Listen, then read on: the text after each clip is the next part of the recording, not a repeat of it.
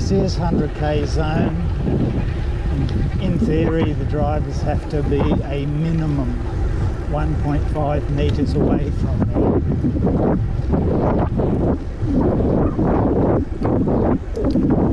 We've just gone up to Tour. Also, this is a known cyclist route and it has signage up for the drivers to let them know cyclists are in this area.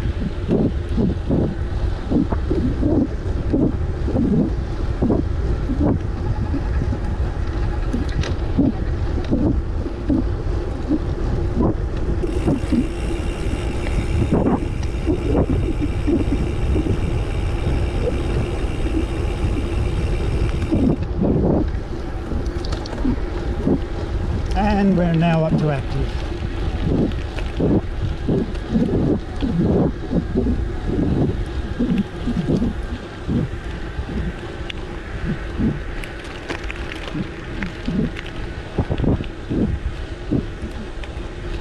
I must admit I have wondered what is most efficient, going to active or a higher level and just do a soft light pedal, or stay on Tour and ride with the heavier pedal that's demanding more power.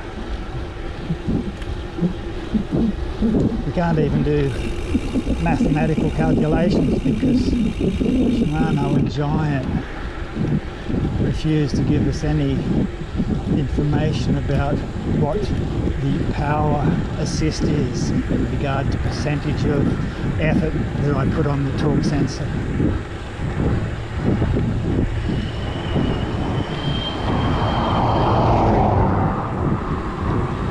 So again, I'm just using a soft pedal. I'm around 75, 80 cadence, nothing too dramatic.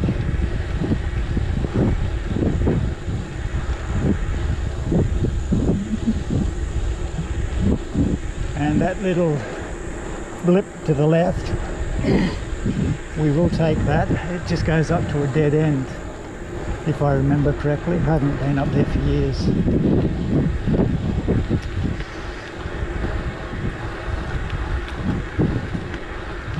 In fact, the last time I came up here, there were people living in a camper up in there. That does tend to happen around here. Oh, I did go to Eco, but I thought I'd pop back up to Tour.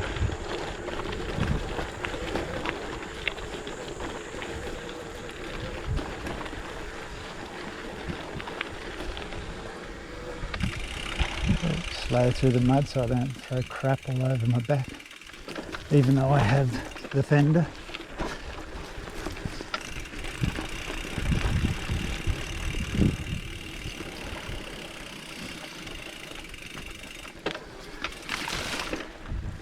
Oh, okay, we're going to active, and oh my god.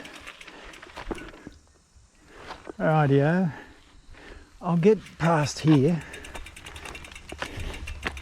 and then have a look at riding up the crest here. Oh, he said. I've got to find it wide enough to actually throw my leg over the bike. Oh, got it. Oh, we're here on active. Let's see if we can do this. Because obviously it slopes away fairly quickly.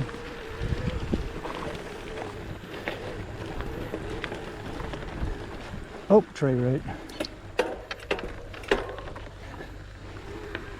Again, you would have heard the clicking. That was just me positioning the pedals.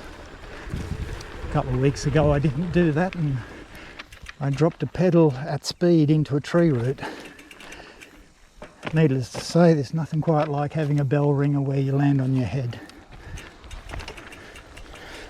But as they say in the classics, no damage done. Whew, here we go again. Let's see if we can get a start. Uh-oh. I had to back off my pedaling because I was going to drop the pedal into an exposed part of the rock. Try again.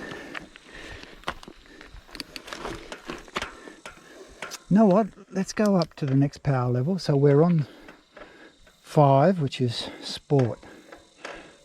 Now obviously, and we're 3 down, so I'm not on the largest cog. But on the largest cog at this power rating, I can wheel stand this bike on the flat. So doing it on a hill climb like this will be horrendously... actually, I'll cheat. I'll get my back wheel over that little lip. Okay, let's see. See, this is where it frustrates me that they changed the algorithm. The previous model of this bike, in a situation like this, the power came on because of the torque sensor. They've changed it, they've wound back the influence of the torque sensor and brought on cadence. I have no bloody cadence, I'm standing still doing a hill start.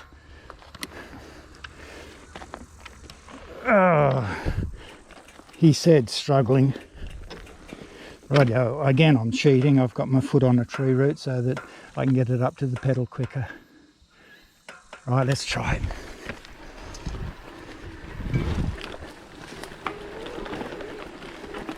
And again, manoeuvring the pedals so that they clear the rear wheel started to spin. Know what? I feel like I'm flying a white flag.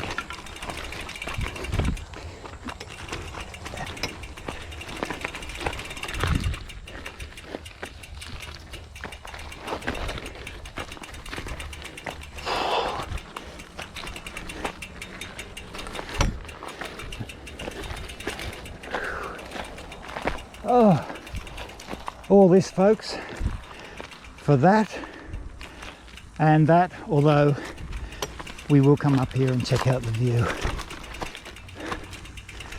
Oh.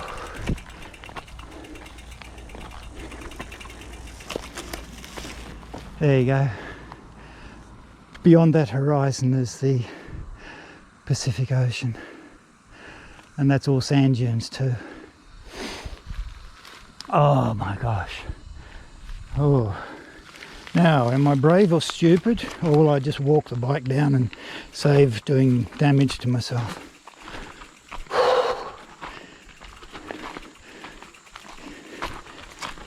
It's just too loose. It's too loose. There's nowhere. Maybe a hint on the right, and you'd have to swing left, but it's all just loose and you're dodging bloody large rocks with your pedals. I'm too old to start breaking ribs again.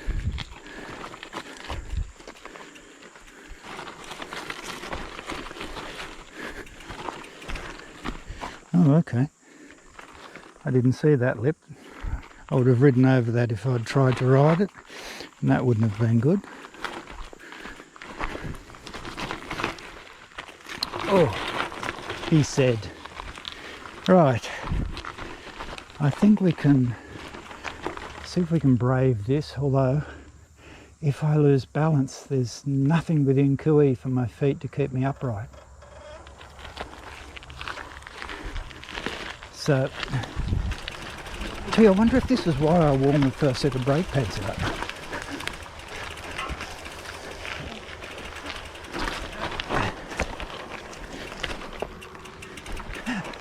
My weight's trying to take me over the handlebars already. Yeah. Oh, that's very loose. Even without my weight on it, just the front wheel was making the side let go. Oh, I'm going to have to change to my least favoured leg just to get past the tree root. And, oh, look at this. Makes it look easy. Oh.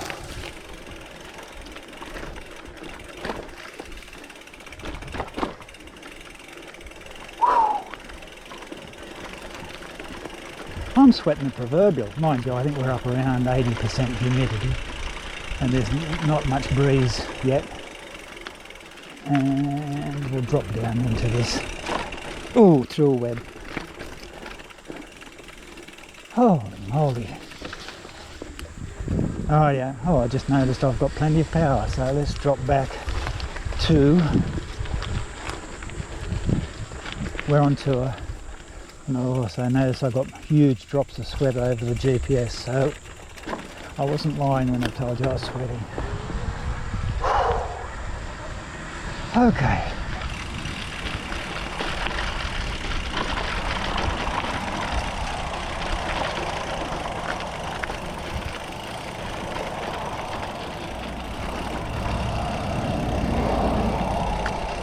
Now, depending on how you rate a success, did I make it up there riding? No. So some people would call that a failure. Did I get out of there without injury? Yes. I'm among the group that call that a success. Righty. We've got a little bit of this and then we drop into the left, and I'll see if I can spark a memory for you from the previous video.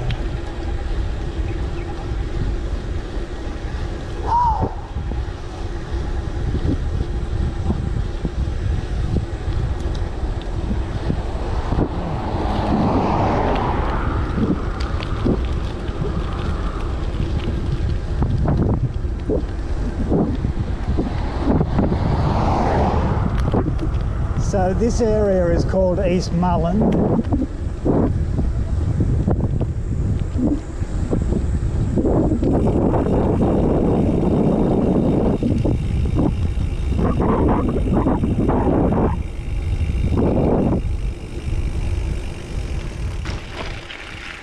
Illegal dumping, yes, fine 2,000. Well, don't forget those people that dumped the bodies up here, so I think they got more than the $2,000 fine.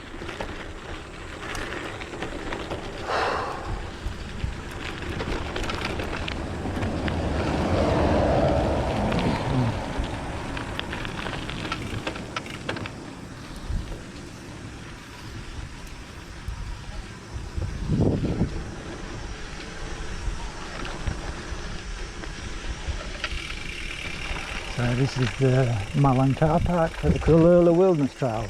You may remember from the previous video I mentioned 16.5 kilometres that came this way. That's where it starts.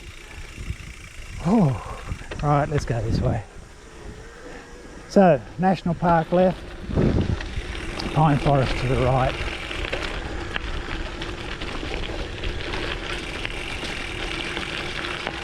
Yeah.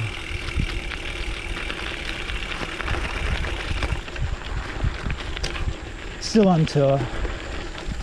Now I'll drop back to Eco. I'm not going to do anything too crazy through here.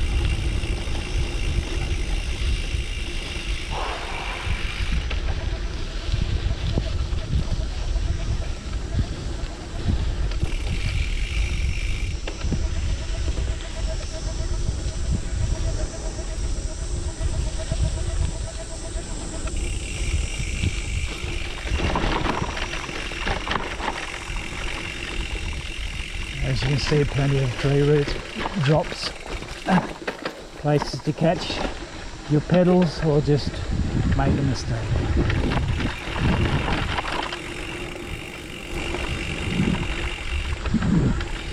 Mind you, we're still doing 20 kilometres, so it's not too shabby.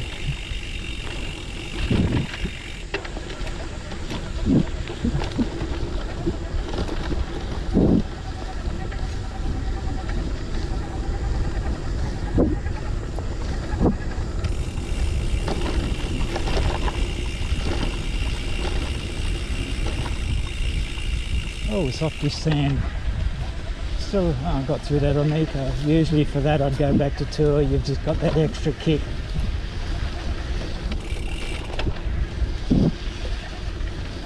Although it was, to be fair, let's call it for what it was, it had a lot of moisture content which held it together.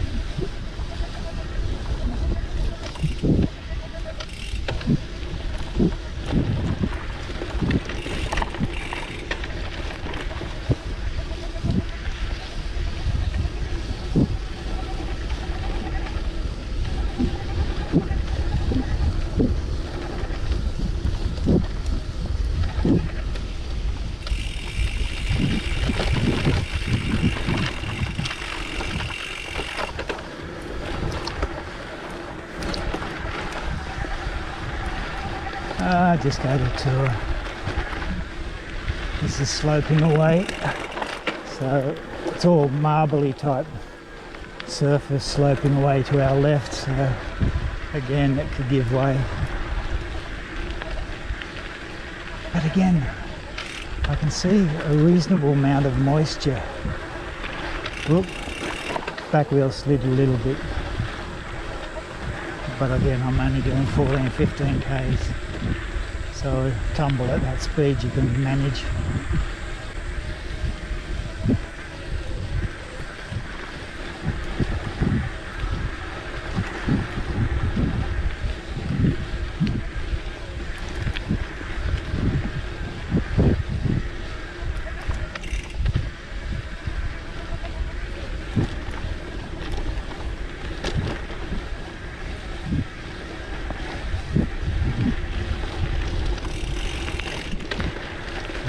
We'll keep going this way.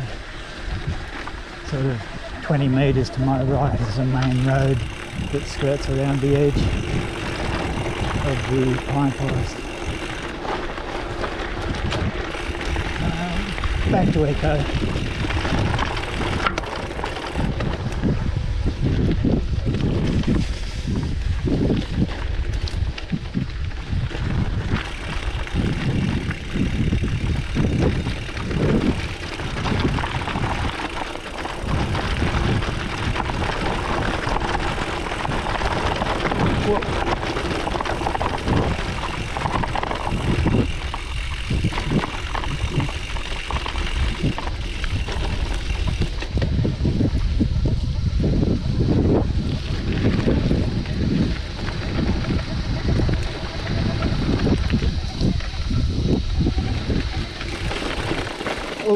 Trying to get up to here. Looks smoother, it's easier to ride on.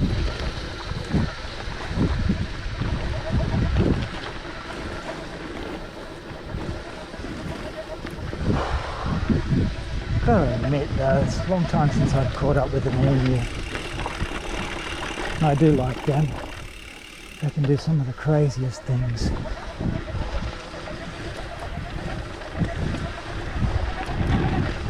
I had one came from my right hand side as I was riding up a pine forest track.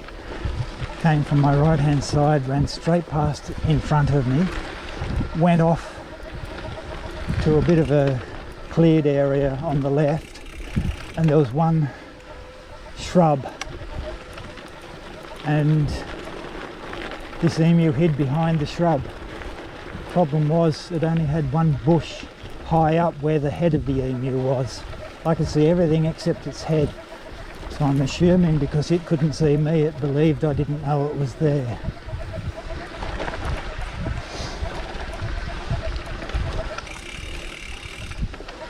Rightio, we're going back up to tour. This is getting soft. Another emu I encountered was obviously a little juvenile, because it really showed some interest, so I stopped, got off the bike, and I stood there and talked to it for about 20 minutes, and it just got closer and closer. Coming through the bush, it didn't stay out on the road, it kept coming up behind the trees. It'd pop its head out, have a look, and then it'd come closer and closer. So after 20 minutes it was within about 13 metres, give or take.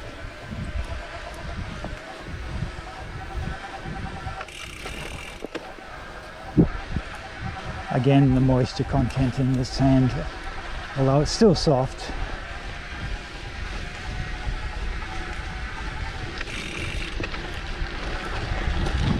Oh yeah, let's pick up a bit of speed.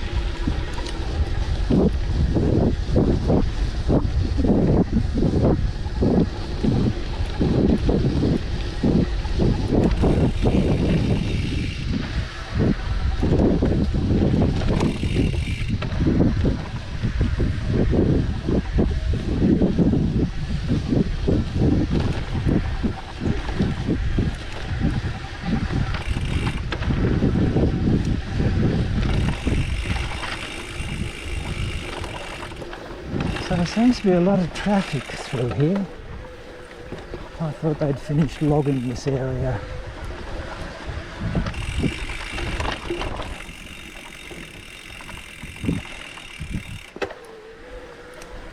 And judging by that, some motorcycle people have created their own track with banking it and everything. Oh.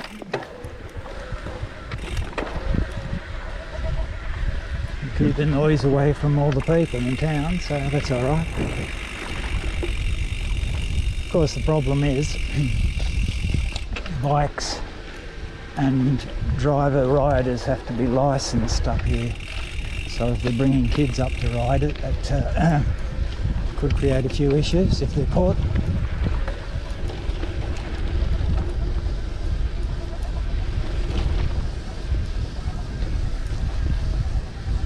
So again, we're sitting about 24-25 kilometres an hour. Nothing too dramatic. We're getting into a bit of clayish. Although this red stuff, my goodness, you need dynamite to get that out of your clothes.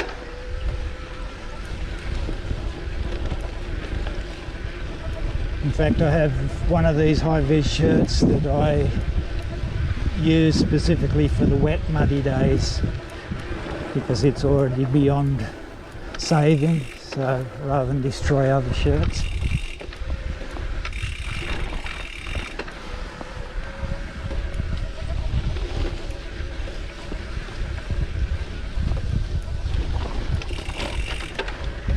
See, we're still holding over 20 kilometres an hour. Although I am still on tour, being the lazy old man. Back to the car. I better get some exercise. I had a few calories yesterday.